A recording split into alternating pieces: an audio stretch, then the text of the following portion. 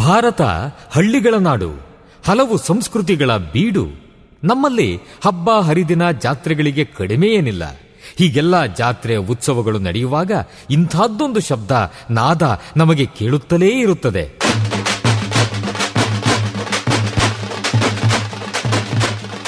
ಒಮ್ಮೊಮ್ಮೆ ಹೊಸ ಉತ್ಸಾಹ ಬಡಿದೆಬ್ಬಿಸುವ ನಾದ ವೈಭವ.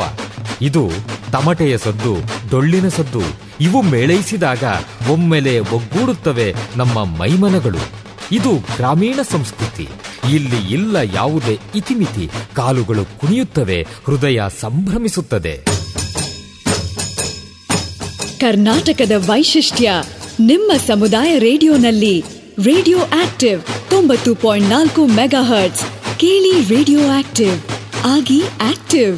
Active active active active. ನಮಸ್ಕಾರ ಗೆಳೆಯರೆ, ಬಾಲ್ಯ ಮೂಲ್ಯ ಕಾರ್ಯಕ್ರಮಕ್ಕೆ ನಿಮಗೆಲ್ಲ ಸ್ವಾಗತ. ಇವತ್ತು ನಾನು ನಿಮಗೆ 3 ಜನ ಬಾಲಕಿಯರನ್ನ, ಅದು ಕಿಶೋರಿಯರನ್ನ ಪರಿಚಯ ಮಾಡಿಕೊಡ್ತಿದ್ದೀವಿ.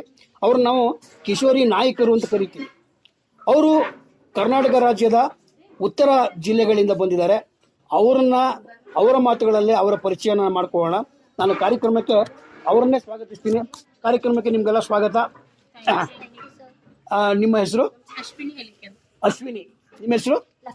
ಲಕ್ಷ್ಮಿ. ನಿಮ್ಮ ಹೆಸರು? ನಮಸ್ತೆ ಸರ್, ನನ್ನ ಹೆಸರು ವನಿತಾ ಅಂತ, ನಾನು ಬಳ್ಳಾರಿ ಜಿಲ್ಲೆಯಿಂದ ಬಂದಿದ್ದೀನಿ. ಓಕೆ, ವನಿತಾ ಅವರಿಂದನೇ ನಾನು ಕಾರ್ಯಕ್ರಮ ಶುರು ಮಾಡ್ತಾ ಇದ್ದೀನಿ. ವನಿತಾ, ನೀವು ಬೆಂಗಳೂರಿಗೆ ಯಾಕೆ ಬಂದಿದ್ದೀರಾ? ಬೆಂಗಳೂರಿಗೆ ಕಿಶೋರಿ ನಾಯಕಿಯರ ಸಾಮರ್ಥ್ಯವನ್ನು ಅಭಿವೃದ್ಧಿಪಡಿಸುವ ಕಾರ್ಯಕ್ರಮ ಹಾಗೂ ಗ್ರಂಥಾಲಯ ನಿರ್ವಹಣೆ ಹೇಗ್ ಮಾಡೋದು ಅನ್ನೋದ್ರ ಬಗ್ಗೆ ತಿಳ್ಕೊಳ್ಳೋದಕ್ಕೆ ಬೆಂಗಳೂರಿಗೆ ಬಂದಿದ್ದೀನಿ. ಲಕ್ಷ್ಮಿ, ನೀವು?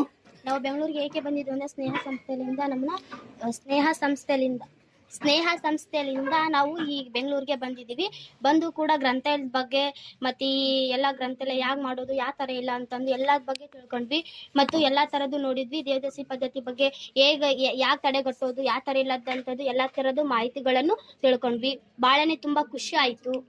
ಮಾಹಿತಿಗಳನ್ನ ತೆಗೆದುಕೊಳ್ತಾ ಇದ್ದೀರಾ? ಮಾಹಿತಿಗಳನ್ನು ತೆಗೆದುಕೊಳ್ತಾ ಇದ್ದೀವಿ. ಈಗ ಅಶ್ವಿನಿ, ನೀವು ಇಲ್ಲಿ ಮಾಹಿತಿಗಳೆಲ್ಲ ತಗೊಂಡು ಹೋಗಿ ಏನ್ ಮಾಡ್ಬೇಕು ಅಂತ ಇದ್ದೀರಾ?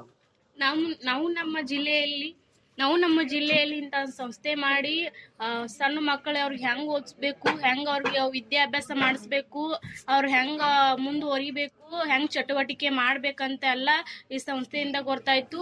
ಮತ್ತು ಬಾಲ್ಯ ಹೆಂಗೆ ತಡಿಬೇಕು, ಕಿಶೋರಿ ಟೀಮಿಂದ ಹೋಗಿ ತಡಿಬೇಕು ಅನ್ನೋದೆಲ್ಲ ಗೊತ್ತಾಯ್ತು. ಮತ್ತು ದೇವದಾಸಿ ಪದ್ಧತಿ ಬಿಡಬಾರ್ದು, ಅದು ಕಾರಣದಾವು ಬಿಟ್ರೆ ಹೆಂಗೆ ನೋಡ್ಕೋತಾರೋ ಅನ್ನೋದು ಗೊತ್ತಾಯ್ತು.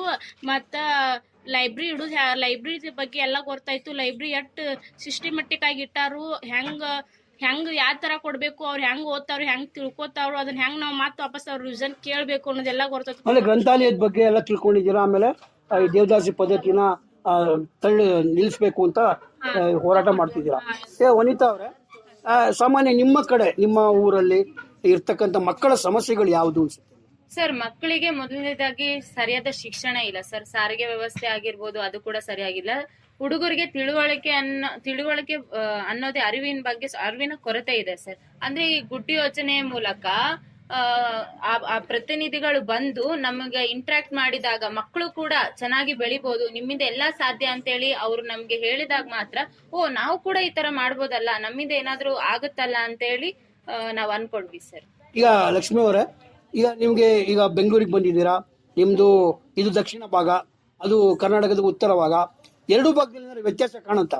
ಹೌದು ಸರ್, ವ್ಯತ್ಯಾಸ ಕಾಣುತ್ತಾ. ಯಾಕಂದ್ರೆ ನಾವು ಇದು ಕರ್ನಾಟಕದಾಗ ಅಂದ್ರೆ ನಮ್ಮ ಕೊಪ್ಪಳ ಜಿಲ್ಲೆದಲ್ಲಿ ಇರ್ತೀವಿ. ಅಂದ್ರೆ ಬೆಂಗಳೂರು ಅಂದ್ರೆ ಬಹಳ ದೊಡ್ಡ ಸಿಟಿ ಆಗುತ್ತಲ್ಲ, ಹಳ್ಳಿಯಿಂದ ಏನು ಗೊತ್ತಾಗುತ್ತೆ ಇರಲ್ಲ. ಬೆಂಗಳೂರಿಗೆ ಬಂದು ಎಲ್ಲಾ ತರದ್ದು ಯಾಗಿರ್ಬೇಕು, ಯಾವ ತರ ಇಲ್ಲ ಅನ್ನೋದೊಂದು ಗೊತ್ತಾಗುತ್ತೆ.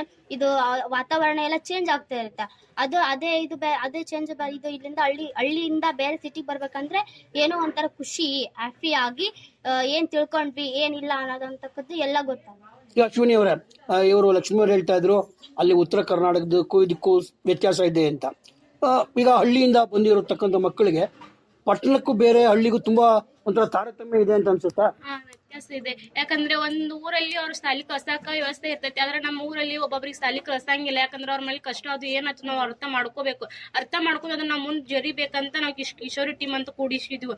ಆದ್ರೆ ಅವ್ರಿಗೆ ಶಾಲಿಗೆ ಹೋದ್ರು ಅವ್ರಿಗೆ ಏನು ತಿಳಿಯಂಗಿಲ್ಲ, ಅವ್ರು ತಿಳ್ಕೊಂಡಿರ್ತಾರ. ಆದ್ರೆ ನಾವ್ ಏನ್ ಮಾಡೋದು, ಅದನ್ನ ಆಟದ ಬಗ್ಗೆ ಆಗಿ ಆಟದ ಗೊತ್ತ ಆಗಿ ತಿಳಿಸುವಂತ ವ್ಯವಸ್ಥೆ ನಾವ್ ಮಾಡ್ಕೋಬೇಕು. ಯಾಕಂದ್ರೆ ನೀವು ಏನು ತಿಳ್ಕೊಳಂಗಿಲ್ಲ ನಾವ್ ಅನ್ಕೋಬಾರ್ದ, ಹೋಗೋ ನೀ ಏನು ತಿಳ್ಕೊಳಂಗಿಲ್ಲ ನಾವ್ ಅವ್ರಿಗೆ ಸಿಟ್ಟು ಮಾಡ್ಬಾರ್ದು. ಪ್ರೀತಿಯಿಂದ ಹೇರ ಅವ್ರು ಪ್ರೀತಿಯಿಂದ ಕಲಿತಾ ಮುಂದೆ ಹೊರಿತಾರಂತ ನನ್ನ ಆಶೆ. ಓಕೆ ವನಿತಾ ಅವರೇ, ಈ ಸಮಾಜದಲ್ಲಿ ನಮ್ಮ ಸಮಾಜದಲ್ಲಿ ಹೆಣ್ಣು ಮಕ್ಕಳಿಗೆ ತುಂಬಾ ಅವಕಾಶ ಸಿಕ್ಕೋದಿಲ್ಲ, ಯಾಕೆ ಅನ್ಸುತ್ತೆ ನಿಮಗೆ? ಸರ್, ತಾರತಮ್ಯ ಅನ್ನುವಂಥದ್ದು ಪುರಾತನ ಕಾಲದಿಂದ ಬಂದಿರ್ತಕ್ಕಂಥದ್ದಾಗ್ಬಿಡುತ್ತೆ ಸರ್. ಹೆಣ್ಮಕ್ಳು ಇರೋದೇ ಗಂಡ್ಮಕ್ಳು ಸೇವೆ ಮಾಡೋದಕ್ಕೆ ಅನ್ನೋ ಮನೋಭಾವ ಎಲ್ಲರಲ್ಲೂ ಇತ್ತು, ಆದ್ರೆ ಈಗ ಬದಲಾಗ್ತಾ ಇದೆ.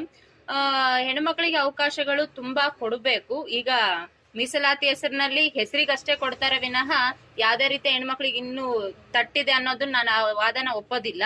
ಹೆಣ್ಮಕ್ಳು ಸಬಲೀಕರಣ ಆದ್ರೆ ಸಮಾಜ ಉದ್ಧಾರ ಆಗ್ತದೆ. ಯಾಕಂದ್ರೆ ಹೆಣ್ಣೊಂದು ಕಲಿತಾರೆ ಶಾಲೆಯೊಂದು ತೆರೆದಂತೆ ಎಂಬ ಮಾತಿನಂತೆ ಒಬ್ಬ ಹೆಣ್ಣು ಕಲಿತ್ರೆ ಎಲ್ಲರೂ ಮನೆಯವರಾಗಿರ್ಬೋದು, ಕುಟುಂಬ ಆಗಿರ್ಬೋದು, ಸಮಾಜ ಆಗಿರ್ಬೋದು ಉದ್ಧಾರ ಆಗುತ್ತದೆ ಅಂತ ಹೇಳ್ತಾ, ಮತ್ತೆ ಹೆಣ್ಮಕ್ಳು ಸಬಲೀಕರಣ ಮಾಡೋದಕ್ಕೆ ನಮಗೆ ಗುಡ್ ಯೋಜನೆಯಿಂದ, ಸ್ನೇಹ ಸಂಸ್ಥೆಯಿಂದ ಹಲವಾರು ರೀತಿಯ ಹೆಲ್ಪ್ ಗಳು ಮಾಡಿದ್ದಾರೆ ಸರ್. ಇದ್ರ ಮೂಲಕ ನಾವು ಅವ್ರಿಗೆ ಧನ್ಯವಾದಗಳನ್ನ ಧನ್ಯವಾದಗಳು. ಅಂದ್ರೆ ಈಗ ಲಕ್ಷ್ಮೀ ಅವರು, ವನಿತಾ ಅವರು ಹೇಳ್ತಾ ಇದ್ರು ಇನ್ನೂ ಸವಲತ್ತುಗಳು ಹೆಣ್ಮಕ್ಳಿಗೆ ತಲುಪಿಲ್ಲ ಅಂತ. ಈಗ ನೀವು ಬೆಂಗಳೂರಿಗೆ ಬಂದಿದ್ದೀರಾ, ನಿಮ್ಗೆ ಈ ಅವಕಾಶ ಯಾವ ತರ ಸಿಕ್ತು? ಯಾವ ತರ ಅಂದ್ರ ಈ ಸ್ನೇಹ ಸಂಸ್ಥೆಯಿಂದ ಗುಡ್ ಯೋಜನೆಯಿಂದ ನಮಗೆ ಸ್ನೇಹ ಸಂಸ್ಥೆಯಿಂದ ಬಂದಾದ್ಮೇಲೆ ನಮಗೆ ಇದು ಮೀಟಿಂಗ್ ಮಾಡಿದ್ರು. ಮೀಟಿಂಗ್ ಮಾಡಿ ಈ ತರ ಈ ತರ ನೀವು ಮೀಟಿಂಗ್ ಸೇರ್ಬೇಕು, ಈ ತರ ನೀವು ಎಲ್ಲದು ಮೀಟಿಂಗ್ ಸೇರಿದ್ರೆ ಅಂದ್ರೆ ಜನರಲ್ ನಾಲೆಜ್ ಬರುತ್ತಾ, ಏನಂತ ಗೊತ್ತಾಗುತ್ತಾ, ಯಾವ ತರ ಮಾತನಾಡ್ಬೇಕು, ಯಾವ ತರ ಇರ್ಬೇಕು, ಯಾವ ತರ ನೀವು ದೇವದಾಸಿ ಪದ್ಧತಿ ಅಂತಾರ. ಈಗ ಮಕ್ಕಳು ಯಾರನ್ನು ಹೊರಗಡೆ ಕಳ್ಸೋದಿಲ್ಲ. ದೇವದಾಸಿ ಮಕ್ಕಳು ಅಂದ್ರೆ ಒಬ್ರು ಆಗಿರ್ತಾರ ಅಥವಾ ಇಬ್ರು ಆಗಿರ್ಬೋದು. ಅವ್ರ ಹೆಣ್ ಮಕ್ಕಳಂದು ಇಲ್ಲಪ್ಪ ನಮ್ ದೇವದಾಸಿ ಮಕ್ಕಳು, ನನಗೆ ಗಂಡ ಇಲ್ಲ ಅಥವಾ ತಂದೆ ಇಲ್ಲ ಅಂತಂದು ಹೇಳ್ಬಿಟ್ಟು ಯಾರು ಜಾಸ್ತಿ ಅವ್ರನ್ನ ಹೊರಗಡೆ ಕಳ್ಸಂಗಿಲ್ಲ. ಹಾಗಾಗ್ಬಿಟ್ಟು ಈ ತರ ನಮ್ ಗುಡ್ ಯೋಜನೆಯಿಂದ ಗುಡ್ ಯೋಜನೆಯಿಂದ ಈ ತರ ನಮ್ಮ ಹಳ್ಳಿಗೆ ಬಂದು ಅವರು ನಮ್ಮ ಒಬ್ಬ ಮ್ಯಾಮ್ ಬರ್ತಾರ, ಬಂದು ಎಲ್ಲಾ ಹುಡುಗಿಯರನ್ನ ಸೇರಿಸ್ಬಿಟ್ಟು ನೀವ್ ಈ ತರ ಅದಿರಿ, ಈ ತರ ನೀವು ಈ ತರ ಇದ್ದಂದ್ರೆ ನಿಮ್ನ ಯಾರು ಇದು ಮಾಡಲ್ಲ, ಚೆನ್ನಾಗಿ ಮಾತಾಡ್ಬೇಕು, ಚೆನ್ನಾಗಿ ಮಾತಾಡಿ ಚೆನ್ನಾಗಿ ಇದು ಮಾಡಿ ನೀವೆಲ್ಲದ್ರಿಗೂ ಭಾಗವಹಿಸಿದ್ರೆ ನಿಮ್ನೆಲ್ಲ ಬೇರೆ ಬೇರೆ ಹಳ್ಳಿಗೆ ಅಥವಾ ಬೇರೆ ಬೇರೆ ಸಿಟಿಗೆ ಊರಿಗೆ ಕರ್ಕೊಂಡು ಹೋಗಿ ನಿಮ್ಮನ್ನ ಇದು ಮಾಡಿದ್ರೆ ನಿಮ್ಗೆ ಏನ್ ಪ್ರಾಬ್ಲಮ್ಸ್ ಇದೆ ಏನಿಲ್ಲ ಅಂತ ಹೇಳ್ಕೊಂಡ್ರೆ ನಮ್ಮ ಸ್ನೇಹ ಸಂಸ್ಥೆಯಿಂದ ಅಥವಾ ನಮ್ಮ ಗುಡ್ ಯೋಜನೆಯಿಂದ ನಿಮ್ಗೆ ಏನಾದ್ರೂ ಸಹಕಾರ ಕೊಡಿಸ್ತಾರೆ ಅಂತ ಹೇಳ್ಬಿಟ್ಟು ಆ ತರದಿಂದ ನಾವೇನು ನಮ್ ಧೈರ್ಯದಿಂದ ಇರ್ಬೇಕು, ಧೈರ್ಯ ಇದ್ರೆ ಮುಂದೆ ನಾವು ನುಗ್ಬೋದು ಅಂತಂದು ಆತರ. ಓಕೆ, ಲಕ್ಷ್ಮಿ ಅವರು ಹೇಳ್ತಾ, ಅಶ್ವಿನಿ ಅವರೇ, ಧೈರ್ಯ ಬರಬೇಕು ಹೆಣ್ಮಕ್ಳಿಗೆ, ಅವ್ರು ಇನ್ನೂ ಹೆಚ್ಚು ಮಾತಾಡ್ಬೇಕು ಅಂತ ಹೇಳ್ತಾ ಇದಾರೆ. ಈಗ ಹೆಣ್ಮಕ್ಳಿಗೆ ಮಾತಾಡೋ ಅವಕಾಶ ನಿಜಕ್ಕೂ ಇದೆಯಾ? ಒಂದ್ ಸ್ವಲ್ಪ ಇದೆಯಾ ಅದು. ಯಾಕಂದ್ರೆ ಮನೆಯಲ್ಲಿ ಹೆಣ್ ಮಕ್ಕಳನ್ನ ಎಲ್ಲೂ ಹೊರಗಡೆ ಕಳ್ಸಕನ ಒಂಥರ ಬ್ಯಾರೆ ಆಗಿ ತಿಳ್ಕೊತಾರ. ಆದ್ರೆ ಇಲ್ಲಿ ಬೆಂಗಳೂರ್ನ ಬರ್ಬೇಕಾದ್ರೆ ಎಷ್ಟ್ ಕಷ್ಟ ಪಟ್ಟಾರ ಅನ್ನೋದು ಮೇಡಮ್ಗ ಗೊತ್ತ. ಯಾಕೆ ಎದಕ್ ಕರ್ಕೊಂಡ್ ಹೋಗಿರಿ, ಅಲ್ಲಿನ ಹೋಗಿ ಏನ್ ಮಾಡೋದೈತಿ ಅಂತೆಲ್ಲಾ ಕೇಳ್ತಿರ್ತಾರ. ಮನ್ಯಾಗ ಬಾಂಡೆ ಕಸ ಮಾಡ್ರನ ಹೆಣ್ಮಕ್ಳು ಇರ್ತಾರೆ, ಇದ್ ಮುಂದಿಂದ ಏನ್ ಮಾಡ್ತಾರ ಅನ್ನೋದು ಅವ್ರಿಗೆ ಯಾರಿಗೂ ಗೊತ್ತಿರಂಗಿಲ್ಲ ಸರ್. ಅದು ಹೊರತು ಹೆಣ್ಮಕ್ಳ ಮುಂದ್ ಹೋದ್ರೆ ಏನಾಕತಿ ಅನ್ನೋದು ಅವ್ರಿಗೆ ಗೊತ್ತಿರಂಗಿಲ್ಲ. ಬರೀ ಗಂಡ ಮಕ್ಳು ಹತ್ತಿರ್ತಾರೆ. ಹೆಣ್ ಹುಟ್ಟಿತಂದ್ರ ಒಂಥರ ಅವ್ರು ಕೀಳಾಗಿ ಮಾಡ್ತಾರ, ನಮ್ಗೆ ದೇನೇ ಆಯ್ತಿಲ್ಲಕ್ಕ ಹೆಣ್ ಹುಟ್ಟಿತು ಅತ್ತಾರ. ಆದ್ರೆ ದೇನೇ ಆಗಂಗಿಲ್ಲ, ಅದು ಹೆಣ್ಣು ಮಕ್ಳ ಎದುರಿಸ್ತಾರ ಅಂತಂದ್ ಅವ್ರಿಗೆ ಗೊತ್ತಿರಂಗಿಲ್ಲ. ಹೊರಗೆ ಅವ್ರನ್ನ ಹೆಣ್ಣು ಮಕ್ಳು ಹೆಂಗ್ ಗಂಡ ಮಕ್ಳು ಫ್ರೀ ಆಗಿ ಬಿಡ್ತಾರಲ್ಲ, ಅವ್ರನ್ನ ಹಂಗ್ ಫ್ರೀ ಆಗಿ ಬಿಟ್ರ ಅವ್ರು ಒಂದ್ ಯಾವ್ದಾರ ಒಂದ್ ದಾರಿ ಹುಡುಕ್ಬೇಕಿಲ್ಲ ಅಂತಂದ ನನ್ನ ಆಶೆ. ಅಲ್ಲೇ ಸ್ವಾತಂತ್ರ್ಯ ಕೊಡ್ಬೇಕು ಅಂತ ಹೇಳಿದ್ದಾರೆ. ಈಗ ಹೆಣ್ಣು ಮಕ್ಕಳಿಗೆ ಸ್ವಾತಂತ್ರ್ಯ ಸಿಗ್ಬೇಕು ಅಂತ ಹೇಳ್ತಿದ್ದಾರೆ. ಮಕ್ಕಳ ಹಕ್ಕುಗಳು ಅಂತ ಹೇಳ್ತೀವಿ, ಮಾನವ ಹಕ್ಕುಗಳು ಅಂತ ಹೇಳ್ತೀವಿ. ಇಷ್ಟೆಲ್ಲ ಇದ್ರೂ ಹೆಣ್ಮಕ್ಳ ಮೇಲೆ ಶೋಷಣೆ ತಪ್ಪಿಲ್ಲ. ಹಾಗಾದ್ರೆ ಏನು ಮೂಲಭೂತವಾಗಿ ಏನ್ ಬದಲಾವಣೆ ಆಗ್ಬೇಕು ಅಂತ ಹೇಳ್ತೀವಿ? ಜನರಲ್ಲಿ ಮೊದಲನೇದಾಗಿ ಮನಸ್ಥಿತಿ ಅನ್ನೋದು ಬದಲಾವಣೆ ಆಗ್ಬೇಕಾಗಿದೆ ಸರ್. ಹೆಣ್ಮಕ್ಳಿಗೆ ಅವಕಾಶ ಕೊಡೋದಿರ್ಲಿ, ಫಸ್ಟ್ ಅವರು ತಿಳ್ಕೊಬೇಕು, ಇವರು ನಮ್ಮಂಗೆ ಸಮಾನರು, ಇವರು ನಮ್ ತರನೇ. ಹುಟ್ಟುವಾಗ ಎಲ್ರು ಸಮನಾಗೆ ಹುಟ್ಟಿರ್ತೀವಿ, ಅದ್ರಲ್ಲಿ ಹೆಣ್ಣು ಗಂಡು ಅನ್ನೋ ಭೇದ ಭಾವ ಯಾಕೆ? ಅವ್ರಿಗೆ ಅವಕಾಶ ಕೊಟ್ಟು ನೋಡಿದ್ರೆ ಗಂಡಿಗಿಂತ ಸರಸಮವಾಗಿ ಹೆಣ್ಣು ಮಗಳು ಒಂದು ಸಮಾಜನ ಅಥವಾ ಕುಟುಂಬನ ಅಥವಾ ಒಬ್ಬ ವ್ಯಕ್ತಿನ ಆಗಿದ್ರು ಕೂಡ ನಿಭಾಯಿಸಬಲ್ಲಳು ಸರ್. ಅದೇ ಹೆಣ್ಮಕ್ಳಿಗೆ ಅವಕಾಶ ಕೊಟ್ರೆ ಅವ್ರಿಗೆ ಎಲ್ಲ ಪ್ರತಿಭೆಗಳು ಅವರಿಂದ ಹೊರಗ್ ಬರ್ತದೆ. ಕೆಲ್ಸ ಮಾಡಿ ಆದ್ರೂ ಸಾಕ್ತಾರೆ, ಅಥವಾ ಅರಿವಿನ ಕೊರತೆ ಅಂದ್ರೆ ಶಿಕ್ಷಣ ಆಗಿರ್ಬೋದು, ಇನ್ನೊಬ್ರಿಗೆ ಕಲ್ಸೋದಾಗಿರ್ಬೋದು, ಅಥವಾ ಕರುಣೆ ಅನ್ನೋದು ಜಾಸ್ತಿ ಹೆಣ್ಮಕ್ಳಿಗೆ ಇರ್ತದಲ್ಲ ಸರ್, ಅದರಿಂದ ಸಮಾಜದಲ್ಲಿ ಉದ್ಧಾರ ಆಗೋದಕ್ಕೆ ಸಾಧ್ಯ ಆಗ್ತದೆ ಸರ್. ಈಗ ಬಾಲ್ಯ ವಿವಾಹ ಅನ್ನೋದು ಹೆಣ್ಮಕ್ಳದು ಎಲ್ಲ ಹಕ್ಕುಗಳನ್ನ ಕಿತ್ಕೊಂಡ್ಬಿಡುತ್ತೆ, ದೇವದಾಸಿ ಪದ್ಧತಿ ಕಿತ್ಕೊಂಡ್ಬಿಡುತ್ತೆ. ಈ ಪದ್ಧತಿಗಳು ಹೋಗ್ಬೇಕು ಅಂದ್ರೆ ಏನ್ ಮಾಡ್ಬೇಕು ಲಕ್ಷ್ಮಿ ಅವರು? ಈ ಪದ್ಧತಿ ಹೋಗ್ಬೇಕಂದ್ರೆ ನಾವು ಚೆನ್ನಾಗಿ ಈ ಪದ್ಧತಿಗಳು ಹೋಗ್ಲಾಸ್ಬೇಕಂದ್ರೆ ಮೊದ್ಲು ತಂದೆ ತಾಯಿಗೆ ಫಸ್ಟ್ ಹೇಳ್ಕೋಬೇಕು ಸರ್. ನಾವು ಈ ತಂದೆ ತಾಯಿ ಫಸ್ಟ್ ಹೇಳ್ಬೇಕು, ನೋಡಮ್ಮ ನಾನು ಈ ತರ ನಾನು ಮುಂದ್ ಬಿಡು, ನಾನು ಓದ್ಬೇಕು, ನಾನು ಬರಿಬೇಕು, ಓದಿ ಮುಂದೆ ನನಗೆ ಅಪ್ಪ ಇಲ್ಲ ಅನ್ನೋ ಕೊರತೆ ಇದೆ ಅಲ್ಲ, ಅದನ್ನ ನಾನು ನೀಗಿಸ್ಬೇಕಂದ್ರೆ ನಾನು ಚೆನ್ನಾಗಿ ಮುಂದೆ ಹೋಗ್ಬೇಕು, ಓದಿ ನಾನು ನಿಮ್ನೆಲ್ಲ ಸಾಕ್ತೀನಿ. ನಾನು ಒಬ್ಬ ಹೆಣ್ಣಾಗಿ ಓದ್ಬಿಟ್ಟು ಅಥವಾ ನಿಮ್ ದುಡುದಾದ್ರೂ ನಿಮ್ಗೆ ಒಂದ್ ಕುಟುಂಬ ಸಾಕ್ತೀನಿ ನಾನು ಅನ್ನಷ್ಟು ನನ್ನಲ್ಲಿ ಧೈರ್ಯ ಇದೆ ಅಮ್ಮ. ನೀನು ನನಗೆ ಸಹಕಾರ ಕೊಡು, ನನಗೆ ಒಂದು ಧೈರ್ಯ ಕೊಡಮ್ಮ. ನೀ ನನಗೆ ಸವಾಲಾಗಿದೆ ಅಂದ್ರೆ ನಾನು ಏನ್ ಬೇಕಾದ್ರೂ ಮಾಡ್ತೀನಿ, ನಾನು ಏನ್ ಬೇಕಾದ್ರೂ ಸಾಧಿಸಿ ಒಂದು ಕುಟುಂಬ ಸಾಕ್ತೀನಿ ಅನ್ನೋ ನಂಬಿಕೆ ನನ್ನಲ್ಲಿದೆ ಅಮ್ಮ. ನಾನು ನಿನ್ನನ್ನು ನನ್ನ ಕೈ ಬಿಡೋದಿಲ್ಲ, ನನ್ನ ನಂಬಿಕೆ ನಮ್ಮಮ್ಮ ನೀನ್ ಅಂತಂದು ಹೇಳ್ಬಿಟ್ಟು ನಾವು ತಂದೆ ತಾಯಿ ಆತ್ಮವಿಶ್ವಾಸ ಬರ್ಸ್ಬೇಕು ಅಂತ ಹೇಳಿ ಅಲ್ಲೇ ಅವ್ರು ಎದಕ್ ಮಾಡ್ತಾರಂದ್ರ ರೀ, ಅವ್ರ ಒಟ್ಟ ಹೆಣ್ ಮಕ್ಳಿಗೆ ಏನೂ ಆಗಂಗಿಲ್ಲ, ಅವ್ರನ್ನ ಕಳಿಸ್ಬಿಡು ಗಂಡ ಮನಿಗೆ ಅವ್ರ ಹಂಗ್ ತಿಳ್ಕೊಂಡಿರ್ತಾರ. ಆದ್ರೆ ಹೆಣ್ ಹುಟ್ಟೈತಿ ಅಂದ್ರ ಅವ್ರಿಗೆ ಒಟ್ಟ ಭಯಾನ, ಒಟ್ಟ ಒಂಥರ ಇದನ್ನೇ ಸ್ವಾತಂತ್ರ್ಯನ ಕೊಡಂಗಿಲ್ಲ ಅವ್ರಿಗೆ ಒಟ್ಟ ಹೆಣ್ ಮಕ್ಳಿಗೆ. ಆದ್ರೆ ಅವ್ರು ಏನ್ ಹೇಳ್ತಾರೋ, ಅಮ್ಮ ನಾವ್ ಕಲಿತು, ನಾವ್ ಸಾಲಿ ಕಲಿಸ್ತೀರಿ, ಆದ್ರೆ ನಾವು ಒಂದ್ ಹಂತಕ್ ಹೋಗಿ ನಾವೆಲ್ಲ ಫ್ಯಾಮಿಲಿ ಅದು ನಾವೆಲ್ಲ ಸಾಕೋಟ್ ನಮ್ಗ್ ಧೈರ್ಯ ಇರ್ತೈತಿ, ನಮ್ ಕಾಲ್ ಮೇಲೆ ನಾವ್ ನಿಂತ್ಕೋತೀವಿ, ನಮ್ಗ್ ಧೈರ್ಯ ಇರ್ತೈತಿ.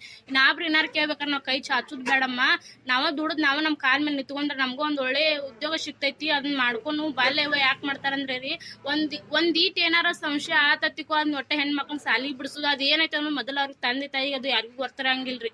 ಅದನ್ನ ನಾವ್ ಅರ್ಥ ಮಾಡ್ಕೊಂಡು ಆಮೇಲೆ ಅವ್ರಿಗೆ ಅರ್ಥ ಮಾಡಿ ಆಮೇಲೆ ಹಿಂಗ್ ಮಾಡ್ಬಾರ್ದು, ಜೀವನ ಹಾಳಾಕೈತಿ, ಅವ್ರ ಮುಂದೆ ಎಷ್ಟು ಕಷ್ಟ ಆಕೈತಿ ಅನ್ನೋದು ನಿಮ್ಗೆ ಗೊತ್ತಾಗಂಗಿಲ್ಲ.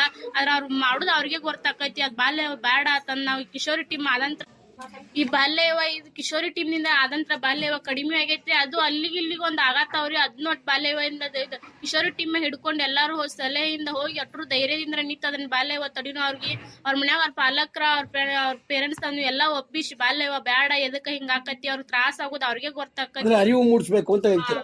ಓಕೆ, ಕಡೆಯದಾಗಿ ಅನಿತಾ ಅವರೇ, ಈ ಕಾರ್ಯಕ್ರಮವನ್ನ ರೇಡಿಯೋ ಆಕ್ಟಿವ್ ಮೂಲಕ ನಾವು ಚೈಲ್ಡ್ ರೈಟ್ ಟ್ರಸ್ಟ್ ಇಂದ ಮಾಡ್ತಿರ್ತಕ್ಕಂಥ ಬಾಲ್ಯ ಮೂಲ್ಯ ಕಾರ್ಯಕ್ರಮದಲ್ಲಿ ಸುಮಾರು ಸಾವಿರಾರು ಜನ ಹೆಣ್ಮಕ್ಳು ಕೇಳ್ತಾ ಇರ್ತಾರೆ. ಆ ಹೆಣ್ಮಕ್ಳಿಗೆ ನೀವು ಯಾವ ಸಂದೇಶವನ್ನ ಕೊಡ್ತೀರಾ? ಸರ್, ಹೆಣ್ಮಕ್ಳಿಗೆ ಸಂದೇಶ ಕೊಡೋಷ್ಟು ದೊಡ್ಡೋಳು ನನ್ಗೆ ಗೊತ್ತಿಲ್ಲ ಸರ್. ಆದ್ರೆ ನನ್ನ ಅನುಭವನ ನಾನು ಹೇಳೋದಕ್ಕೆ ಇಷ್ಟಪಡ್ತೀನಿ. ಮೊದ್ಲೇದಾಗಿ ಹೆಣ್ಮಕ್ಳು ಯಾವ್ದೇ ರೀತಿ ಯಾವ್ದಕ್ಕೂ ಅಂಜಬಾರ್ದು. ಮೊದ್ಲೇ ತಂದೆ ತಾಯಿಗಳು ಅವರಿಗೆ ಅವಕಾಶನ ಕೊಡ್ಬೇಕು. ತಂದೆ ತಾಯಿಗಳಿಗೆ ಇವರು ಅರಿವನ್ನ ಮೂಡಿಸ್ಬೇಕು. ಅಪ್ಪ ನನ್ಗೆ ಮದ್ವೆ ಬೇಡ ಸದ್ಯಕ್ಕೆ, ನಾನು ಕೂಡ ನಿನ್ ಗಂಡು ಮಗ ಯಾವ ರೀತಿ ನೋಡ್ಕೊಂತಿದ್ನೋ ಆ ರೀತಿ ನಾನು ನಿಮ್ಮನ್ನ ನೋಡ್ಕೋತೀನಿ. ನಾನು ಕೂಡ ಸಮಾಜದಲ್ಲಿ ಒಂದು ಉನ್ನತ ಸ್ಥಾನ ಪಡಿತೀನಿ. ನಾನೇ ಹುಟ್ಟಿದ್ಮೇಲೆ ಎಲ್ರು ಮದ್ವೆ ಆಗೋದು ಕಾಮನ್, ಅಥವಾ ಏನಾದ್ರೂ ಮದ್ವೆ ಅನ್ನೋದು ಕಾಮನ್. ಆದ್ರೆ ಸಾಧನೆ ಅನ್ನೋದು ಮಾಡ್ಬೇಕಂದ್ರೆ ನಿಮ್ಮ ಬೆಂಬಲ ಬೇಕು ಅಂತ ಹೇಳಿ ಅವ್ರಿಗೆ ಅರಿವನ್ನ ಮೂಡಿಸಿ, ಹೆಣ್ಮಕ್ಳಾದವರು ಒಂದು ಸಾಧನೆ ಆಗೋವರೆಗೂ ಹೆಣ್ಮಗಳಾಗಿ ಹುಟ್ಟಿದ್ಮೇಲೆ ಯಾಕಪ್ಪ ಹುಟ್ಟಿದ್ರು ಅಂತ ಮನೋಭಾವ ಇತ್ತಲ್ಲ, ಅದನ್ನೆಲ್ಲ ಹೋಗ್ಸಿ ಹೆಣ್ಮಕ್ಳು ಹುಟ್ಟಿದ್ರೆ ಸಾಧನೆ ಮಾಡ್ತಾರೆ ಅನ್ನೋ ಮನಸ್ಥಿತಿನ ಬೆಳೆಸ್ಬೇಕು ಅಂತ ಹೇಳಿ ಇದ್ರ ಮೂಲಕ ಹೇಳಕ್ ಕೇಳಿದ್ರಲ್ಲ ಶ್ರೋತೃಗಳೇ, 3 ಜನ ಹೆಣ್ಮಕ್ಳು ಎಷ್ಟು ಆತ್ಮಾಭಿಮಾನದಿಂದ, ಸ್ವಾಭಿಮಾನದಿಂದ, ಆತ್ಮವಿಶ್ವಾಸದಿಂದ ಮಾತಾಡಿದ್ರು ಅಂತ ಅವರಿಗೆ ನಿಮ್ಮೆಲ್ಲರ ಪರವಾಗಿ ಅಭಿನಂದನೆಗಳನ್ನ ಹೇಳ್ತಾ ಈ ಕಾರ್ಯಕ್ರಮ ಮುಗಿಸ್ತಾ ಇದ್ದೀನಿ. ಧನ್ಯವಾದಗಳು. ಊಟ ಅಂದ್ರೆ ಬರೀ ಉಪ್ಪಿನಕಾಯಿ ಅಲ್ಲ, ಉಪ್ಪಿನಕಾಯಿ ಊಟದ ಜೊತೆಗ್ ಮಾತ್ರ. ಹಾಗೇನೆ ರೇಡಿಯೋ ಕಾರ್ಯಕ್ರಮಗಳಲ್ಲಿ ಮನರಂಜನೆ ಮುಖ್ಯ ಅಲ್ಲ, ಮನರಂಜನೆಯೊಂದಿಗೆ ವಿಚಾರಪೂರ್ಣ ಕಾರ್ಯಕ್ರಮಗಳು ಅಗತ್ಯ. ಇದರಿಂದಾಗಿ ಸಮುದಾಯದ ಹಿತ ಕಾಯಲು, ಸಮುದಾಯದ ಗುರಿ ತೋರಲು ರೇಡಿಯೋ ಆಕ್ಟಿವ್ ವಾಹಿನಿ ಪ್ರಸಾರವಾಗುತ್ತಿದೆ. ಪರಿಸರ, ಶಿಕ್ಷಣ, ಭಾಷಣ, ಸಂದರ್ಶನ, ಮಾಹಿತಿಪೂರ್ಣ ವಿಚಾರಗಳ ಈ ರೇಡಿಯೋ ವಾಹಿನಿ ಪ್ರತಿಯೊಬ್ಬರ ಆತ್ಮೀಯ ಮಿತ್ರ, ಕಷ್ಟಕಾಲದ ಸಹಾಯಕ, ಇಷ್ಟ ವಿಚಾರಗಳ ಪ್ರಚೋದಕ, ಸಮುದಾಯದ ಹಿತಚಿಂತಕ. ತಪ್ಪದೆ ಕೇಳಿ 90.4 ತರಂಗಾಂತರದಲ್ಲಿ ರೇಡಿಯೋ ಆಕ್ಟಿವ್. ಕೇಳಿ ರೇಡಿಯೋ ಆಕ್ಟಿವ್, ಆಗಿ ಆಕ್ಟಿವ್.